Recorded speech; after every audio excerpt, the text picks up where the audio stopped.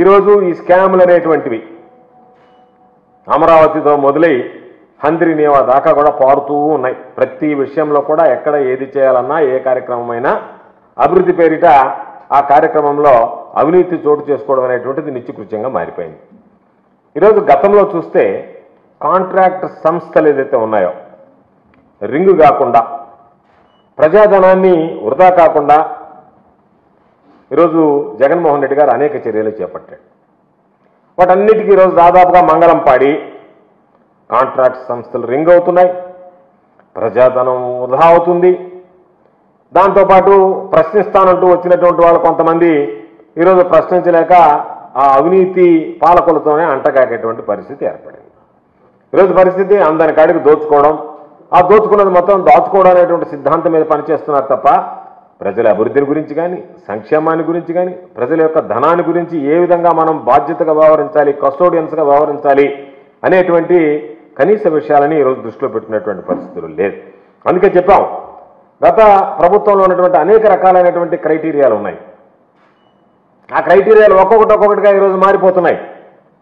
Syndicate అవ్వాలి, అధిక ధరలకి కాంట్రాక్టులు కట్టబెట్టాలి, ఆ విధంగా ఏ పద్ధతిన దానిని అవలంబించడానికి మార్గాలు సుగమం చేయాలనేటువంటి దాని మీద దృష్టి పెడుతున్నాయి తప్ప గతంలో ఈ రాష్ట్రంలో ఈ దేశంలోనే ఒక అత్యున్నతమైనటువంటి కాంట్రాక్టింగ్ విధానాన్ని జగన్మోహన్ రెడ్డి గారు తీసుకొచ్చారు. వాటిలో రెండు ప్రధానంగా మనం మాట్లాడుకోవాలి. ఒకటి జ్యుడిషియల్ ప్రివ్యూ, రెండవది రివర్స్ టెండరింగ్ పద్ధతి.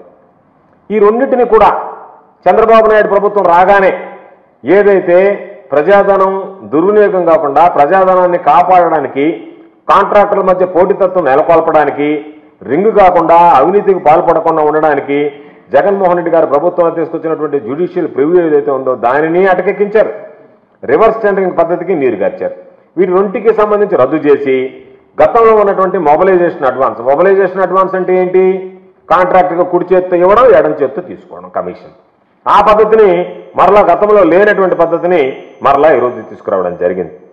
ఈరోజు ఒకసారి చూద్దాం అమరావతి భూములకు సంబంధించి ఏం జరిగింది. రాజధాని ఆ రోజు ప్రతిపక్షంలో శాసనసభ్యులుగా ఉన్నాం మేము. అసెంబ్లీలో చంద్రబాబు నాయుడు గారు ఫలానా దగ్గర నిజంగా ప్రకటించకముందే అనేక పత్రికల్లో లీక్ వచ్చాయి. ఇదిగో ఇక్కడ రాజధాని వస్తుంది, అక్కడ రాజధాని వస్తుంది. పాప అమాయకులందరూ ఆ చుట్టుపక్కల ఉండేటువంటి పొలాలన్నీ కొన్నారు.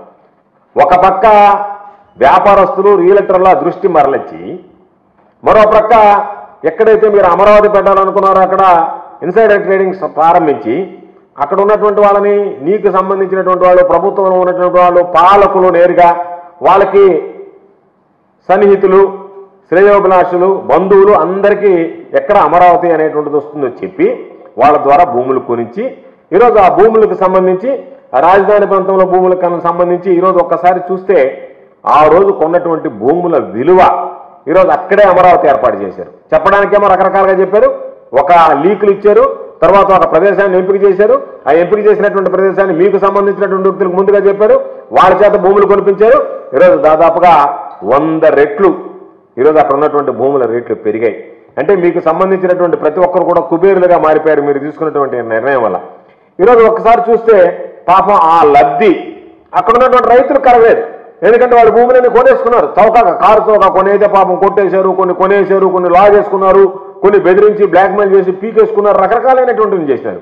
ఆ లబ్ధి రైతులకు జరగలేదు. కానీ పాపం అక్కడ తరతరాలుగా కనిపెట్టుకున్న ఆ భూములను నమ్ముకున్నటువంటి వ్యక్తులకి ఈరోజు మాత్రం ఆ లబ్ధిని తెలుగుదేశం పార్టీ 2014-19లో ఎవరైతే ఆ రోజు పాలకులు ఉన్నారో వాళ్ళకి సంబంధించినటువంటి వాళ్ళ యొక్క ఆలోచన ప్రకారం వాళ్ళు ఎవరికైతే కట్టబెట్టాలో, ఎవరికైతే అధికారం అప్పచెప్పాలనుకున్నారో వాళ్ళందరికీ కూడా అవన్నీ అప్పచెప్పి దాదాపుగా ఈరోజు 100 రెట్లు పైన ఆ భూములు పెరిగి వాళ్ళు కుబేరులుగా మారిపోయేటువంటి పరిస్థితి ఏర్పడింది. ఇప్పుడు అది ఆ అవినీతి వ్యవహారం ఏదైతే ఉందో అది అంచెలంచెలుగా ఈరోజు మరలా అమరావతి నిర్మాణం పేరుతో కాంట్రాక్టుల దగ్గరకు వచ్చింది. ఈ కాంట్రాక్టుల దగ్గరికి వస్తే గతంలో ఏదైతే పొరపాట్లు జరిగాయో 2014-19లో ఒక వ్యవస్థీకృతమైనటువంటి అవినీతి ఏదైతే కార్యకలాపాలు ఊపందుకున్నాయో వాటి మరలా పురుడు పోసుకున్నాయి, వాటికి మరలా ఊపురులు ఊపుతున్నారు. అవి మరలా తీసుకొచ్చారు.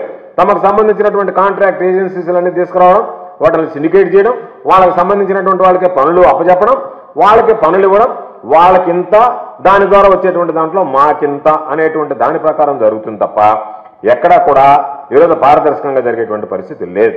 ఎందుకు చెప్తున్నాం? చంద్రబాబు గారి హయాంలో పట్టుసీమ టెండర్ జరిగాయి.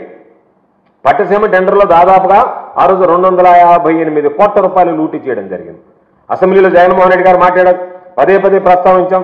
అదేవిధంగా మేము మాట్లాడమే కాదు, 2017-18లో కాగు కూడా దీన్ని కడిగేస్తూ ఈ జరిగినటువంటి అవినీతిని మొత్తం వివటంకిస్తూ ఒక నివేదిక కూడా ఇవ్వడం జరిగింది. అదేవిధంగా వైకుంఠపురం బ్యారేజ్ పనులు 400 కోట్లు పెంచి దాదాపుగా 13.19% అధిక ధరలకి నిబంధనలకు విరుద్ధంగా ఆ కాంట్రాక్ట్ దారాదత్తం చేసి దాని ద్వారా లబ్ధి పొందడం జరిగింది.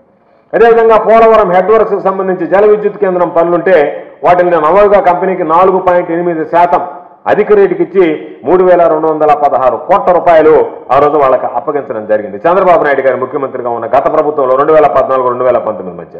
అందుకని ఇప్పుడు మరలా అదే రీతిలో ఏదైతే గతంలో కాంట్రాక్టర్లను అడ్డుపెట్టి ఖజానాను దోచారో అదేవిధంగా మరొకసారి కాంట్రాక్టర్లను అడ్డుపెట్టి ఖజానా దోచుకునేందుకు సిద్ధమవుతున్నారు. దానివల్లనే ఈ రివర్స్ టెండరింగ్ కానీ జ్యుడిషియల్ ప్రివ్యూ పద్ధతులన్నిటికీ మంగళం పాడారు. ఈరోజు వైఎస్ఆర్ కాంగ్రెస్ పార్టీ ప్రభుత్వంలో సిస్టమ్ ఉన్నది, జ్యుడిషియల్ సిస్టమ్ ఉంది. జ్యుడిషియల్ సిస్టమ్ ఏంటి? ఒక హైకోర్టు న్యాయమూర్తిగా పనిచేసినటువంటి వ్యక్తి ఈ కాంట్రాక్టులన్నింటినీ పరిశీలించేవాడు. ఏదైనా తప్పులుంటే ఆ కాంట్రాక్ట్ వెనక్కి పంపించేవాడు. ఆ కాంట్రాక్ట్ అప్లోడ్ అయ్యేది కాదు. అది ఎవరు కాంట్రాక్ట్ అసలు అప్లోడ్ కూడా అయ్యేది కదా. కాంట్రాక్ట్లో ఏదైనా తప్పులుంటే ఆ తప్పులు వెనక్కి పంపిస్తే అంటే ఏదైనా న్యాయపరమైనటువంటి అంశాలు కానీ భవిష్యత్తులో ఏదన్నా ఇబ్బందులు కానీ లేదా వాటికి సంబంధించి ఎవరికన్నా ఆయోచితమైనటువంటి లబ్ధి చేకూర్చేటువంటి విషయాలు ఉంటే వాటిని అన్నింటినీ కూడా పరిగణలోకి తీసుకుని దీనివల్ల ఇది నష్టం జరుగుతుంది, దీనివల్ల ఇదిగో ప్రజాధనం వృధా అవుతుంది అని చెప్పి వాటిని వెనక్కి పంపించేటువంటి పద్ధతి ఉండేది. వాటన్నిటినీ క్షుణ్ణంగా పరిశీలించి మరలా పంపిస్తే ఆ తప్పులన్నీ సరిదిద్దుకున్న తర్వాత ఈ కాంట్రాక్ట్ ఇచ్చేటువంటి పద్ధతిలో ఎవరికీ నష్టం జరగటం లేదు, ప్రజాధనం దుర్వినియోగం కాదని ధృవీకరించుకున్న తర్వాతనే ఆ న్యాయమూర్తిగా వ్యవహరించినటువంటి వ్యక్తి ఆ జ్యుడిషియరీ సిస్టమ్ ప్రివ్యూకి ఉన్నటువంటి వ్యక్తి దానికి ఇస్తేనే అప్పుడే దానిని కాంట్రాక్ట్లో అప్లోడ్ చేసేటువంటి పరిస్థితి ఉండేది టెండర్ అని. దాన్ని రద్దు చేసేశారు.